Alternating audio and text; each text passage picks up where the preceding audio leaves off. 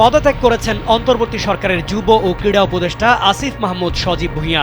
10 December সন্ধ্যায় রাষ্ট্রীয় অতিথি ভবন যমুনায় প্রধান উপদেষ্টা অধ্যাপক মোহাম্মদ ইউনূসের কাছে পদত্যাগপত্র জমা দেন তিনি।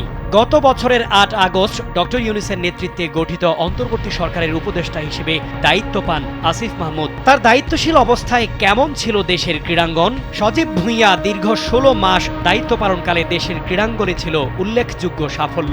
ক্রিকেট, ফুটবল, হকি, কাবাডি সহ সকল ক্রীড়ায় নারী ও পুরুষ উভয় ক্ষেত্রেই উন্নয়নে অবদান রেখেছেন আসিফ মাহমুদ। নানা আলোচনা ও সমালোচনার মধ্য দিয়ে উপদেষ্টার দায়িত্বে থাকা অবস্থায় ক্রিকেট ও ফুটবলের গুরুত্বপূর্ণ ইভেন্টে আসিফ মাহমুদ ছিলেন বেশ সরব।